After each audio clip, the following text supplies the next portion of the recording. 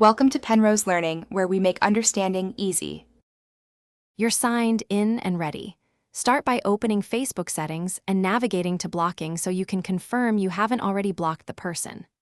Once done, use the search box to look for the person's name.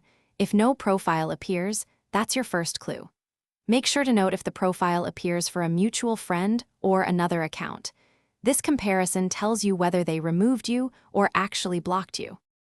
Next, verify by searching their name from a friend's account or asking a mutual friend to open the profile. If they see it but you don't, that strongly suggests a block. Once done, open old Messenger conversations. If their name is Facebook user and profile photo is missing, that indicates restricted access. Also try pasting their profile URL into your browser. If it redirects or says profile unavailable, that confirms the block versus them. To finish, scan shared groups, comments, or mutual posts.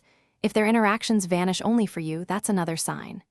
If you're still unsure, create a temporary account or ask a trusted friend to replicate the search to avoid mistaken conclusions.